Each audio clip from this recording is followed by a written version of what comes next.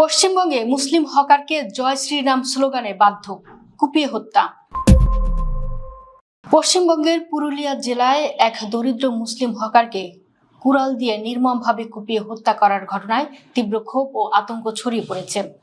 নিহতের পরিবারের পক্ষ থেকে অভিযোগ করা হয়েছে, সাম্প্রতিক সময়ে ওই এলাকায় তীব্র মুসলিম বিদ্বেষী ও ভীতিমূলক পরিবেশ তৈরি করা হয়েছে। এমনকি মুখে দাড়ি থাকার কারণে প্রায়শই মুসলিম হকারদের জোরপূর্বক জয় শ্রীরাম স্লোগান দিতে বাধ্য করা হতো। গত 9 জুন পুরুলিয়ার বান্দোয়ান অঞ্চলের সুপুরডিহি গ্রামে এই নৃশংস হত্যাকাণ্ডের শিকার হন 47 বছর বয়সী হকার আকবর। তিনি প্রতিবেশী বাঁকুড়া জেলার পুনিসোল গ্রামের বাসিন্দা ছিলেন। 10 জুন জুলফিকার যখন প্রতিবেশী বাঁকুড়া জেলার পুনিসোল গ্রামে তার বাবার মরদেহ নিয়ে ফিরছিলেন, তখন দ্য ওয়ারের সাথে তার কথা হয়।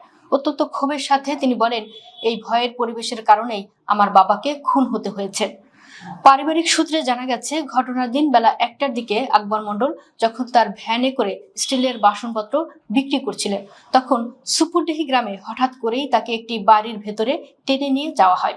ঘরের ভেতরে আকবরের সম্পূর্ণ অপরিচিত এক ব্যক্তি তার উপর অতর্কিত হামলা চালায়। ঘাতক প্রথমে তাকে লাঠি দিয়ে বেদম মারধর করে এবং পরবর্তীতে কুড়াল ও খঞ্জর দিয়ে উপর্যুপরি কুপিয়ে তার মাথা ও শরীর ক্ষতবিক্ষত করে দেয়। দুপুরে বান্দোয়ান থানা থেকে ফোন পেয়ে হাসপাতালে গিয়ে বাবার বিভৎস মরদেহ দেখতে পান জুলফিকার আরো অভিযোগ করেন, শুধু দাড়ি থাকার কারণে কিছু লোক আমাদের রাস্তাঘাটে আটকে রেখে জোর করে জয় শ্রীরাম ধ্বনি দিতে বাধ্য করত।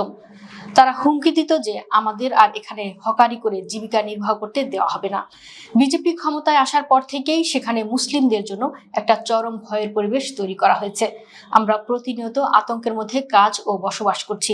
পুনিসোল গ্রামের প্রবীণ বাসিন্দা খেলাফত হোসেন মণ্ডল বলেন, আমাদের গ্রামের গরিব মানুষগুলো প্রায় 14 বছর ধরে কোনো সমস্যা ছাড়াই সেখানে হকারি করে আসছিল, কিন্তু বর্তমান রাজনৈতিক পরিস্থিতির কারণে মুসলিমদের উপর হামলা আশঙ্কাজনকভাবে বেড়েছে।